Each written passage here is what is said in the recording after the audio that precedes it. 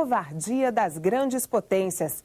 Assim, o senador Fernando Collor, que há 20 anos presidiu a Eco 92, explicou a razão de um documento não tão ousado como esperavam os ambientalistas. A Rio+20 é o tema de hoje do Diplomacia Entrevista.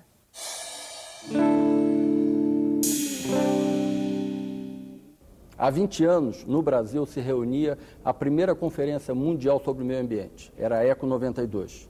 Passados 20 anos, o planeta se reuniu novamente no Rio de Janeiro para definir a preservação da Terra. Em 92, quem presidia o país era o senador Fernando Collor de Mello, hoje presidente da Comissão de Relações Exteriores, e por isso mesmo acompanhou de perto todos os debates da Rio+20. Senador, muito obrigado pela sua presença no Diplomacia. Que comparação é possível ser feita, se é que ela é possível, entre os resultados da Eco 92 e a Rio+20?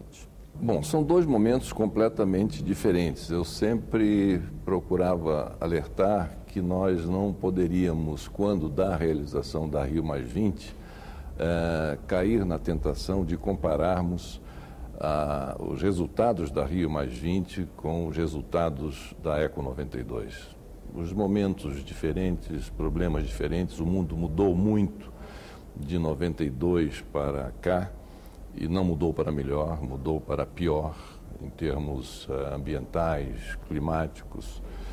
E o grande legado de 92 foi que se conseguiu aqui no Brasil se reunir o maior número de chefes de Estado e de governo de tantas quantas conferências das Nações Unidas já haviam sido realizadas. Isso significa que houve o peso político ao resultado da conferência.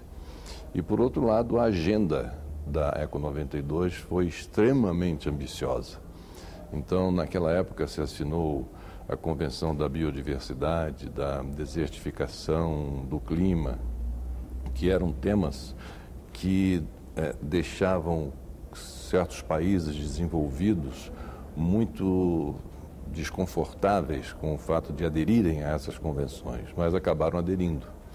Então, nós sempre nos referimos à Eco 92 e ao seu resultado como o legado do Rio.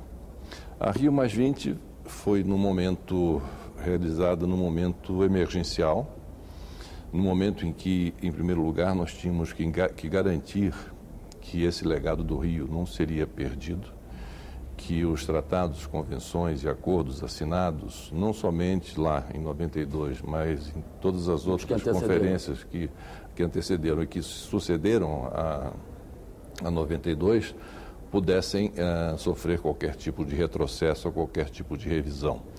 E isso nós, graças a Deus, conseguimos o apoio de muitos que se engajaram para que no documento final ficasse explícito a obediência ao princípio do não retrocesso.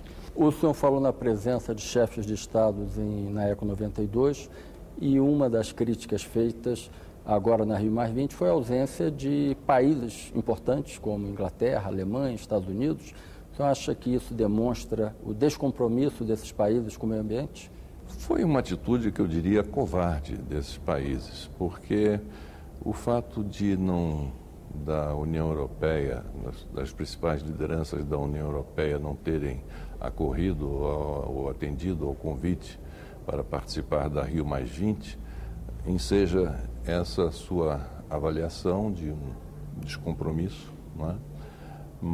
Mas eu diria até mesmo de uma covardia, no sentido de fugir a um debate que é crucial para o futuro da vida no nosso planeta.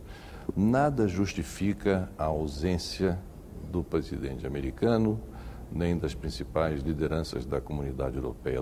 Para você ter uma ideia, do G7, só dos países que compõem o G7. As principais potências econômicas. Isso. Só compareceu o presidente francês. E o presidente francês fez um discurso no plenário da Rio+20, discordando inteiramente do que os seus negociadores pelo lado francês, estavam tratando com os negociadores brasileiros. Mas isso não impediu que a Rio+20 alcançasse o seu êxito.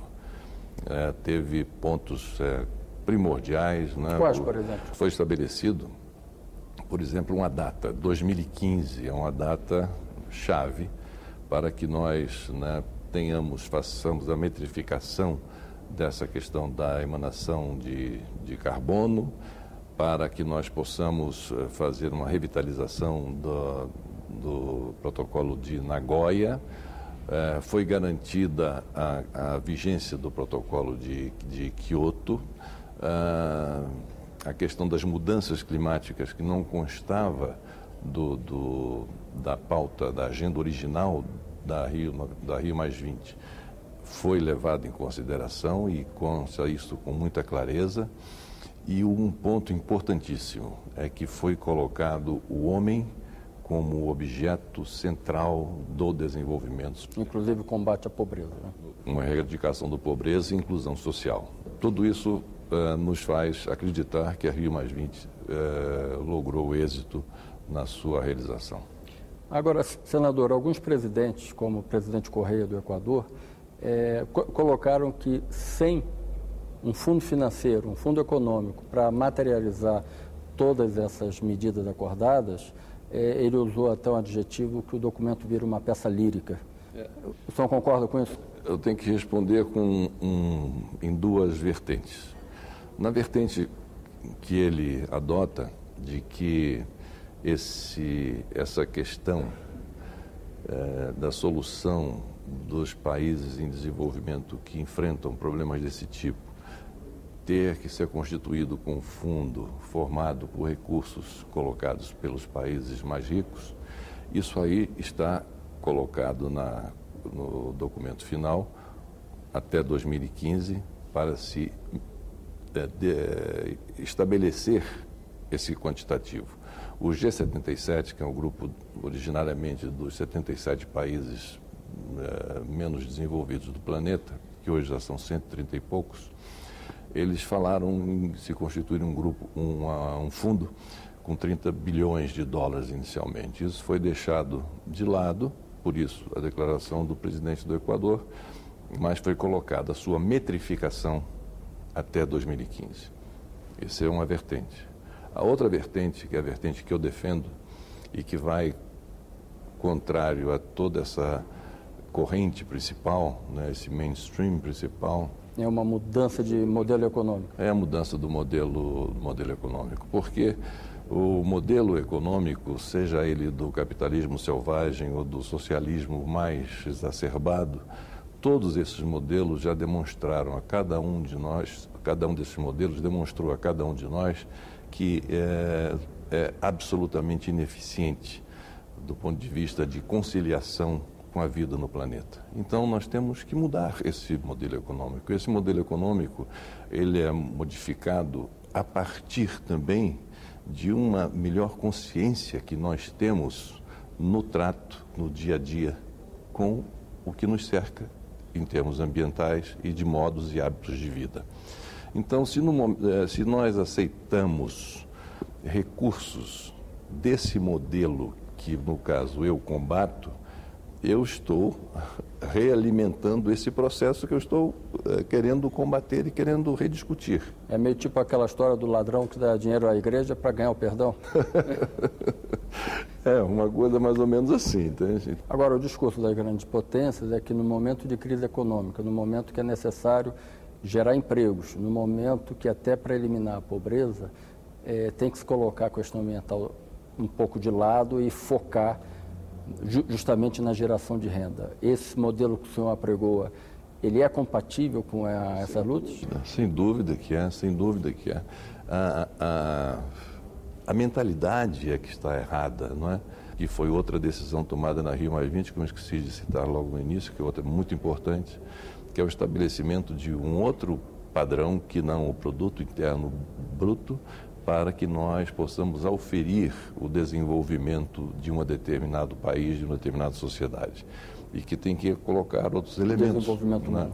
A questão por isso centrado no homem, o desenvolvimento sustentável centrado no ser humano. Desde a ECO 92, portanto, há 20 anos, que há uma luta, há uma bandeira de se criar no âmbito da ONU uma agência forte que cuide da questão ambiental. E mais uma vez não se logrou êxito nessa bandeira. Qual é o temor de se criar uma organização desse porte? Bom, fundamentalmente a questão de recursos, né? Basicamente das Nações Unidas, porque recursos e autonomia. Então, a questão de levar a uma agência, isso significa dar a esta agência uma autonomia. A autonomia financeira e de ações, não é? Delimitadas pelo escopo das Nações Unidas. Eu concordo que seja preciso dar esse upgrading. É o medo das grandes potências serem sancionadas por um organismo da ONU? Eu não diria medo de serem sancionadas assim, podendo até chegar aí, mas eu diria que é evitar um incômodo. Não querem se incomodar muito com isso, né? E quanto ao Brasil, qual é o dever de casa agora que nós temos que fazer? O Brasil se apresentou muito bem na conferência. O Brasil se apresentou com uma posição de vanguarda, né? E o Brasil, o dever de casa que o Brasil fez e está fazendo é o exemplo que vem dando, né, de proficiência nas ações que vem encetando no sentido de mostrar que nós estamos preocupados com a salvação do planeta. Senador, muito obrigado pela sua presença aqui no programa Diplomacia. E você continua com a gente no próximo bloco, as notícias culturais, daqui a 1 minuto.